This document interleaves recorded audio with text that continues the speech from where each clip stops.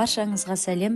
Біз бүгін өте оңай пирог жасайтын боламыз. Бізге қажетті заттар 3 жұмыртқа, айран және разрыхлитель, май қажет болады және ұн қажет болады.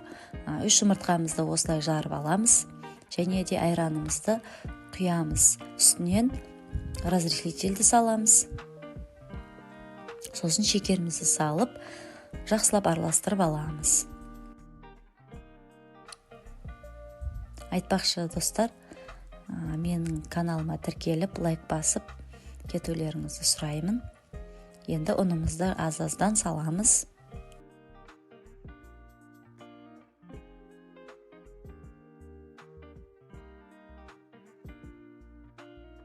Тағы да ұн саламыз, аз болып қалды. Жақсылап араластырып осылай.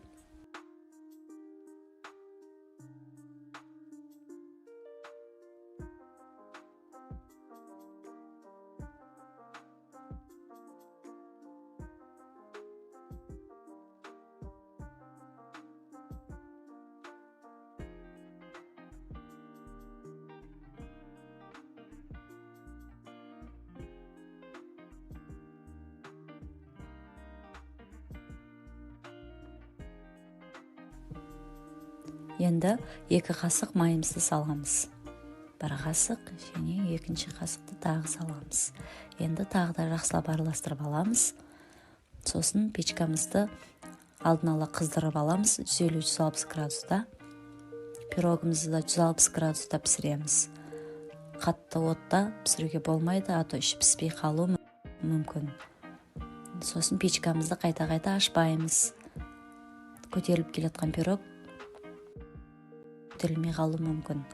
Осылай табамызды майлап аламыз жақсылап. Сосын начинкамызды құямыз.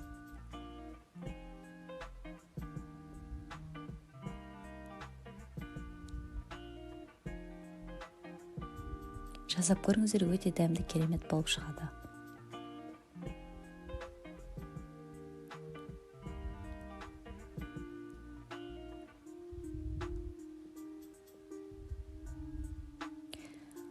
Осылай піскен соң, пирогымыздың бетін ыстық күйде осылай май жағып шығамыз. Жылтырап әдемі болып шығады. Жасап көріңіздер. Көргендеріңізге рахмет, сау болыңыздар.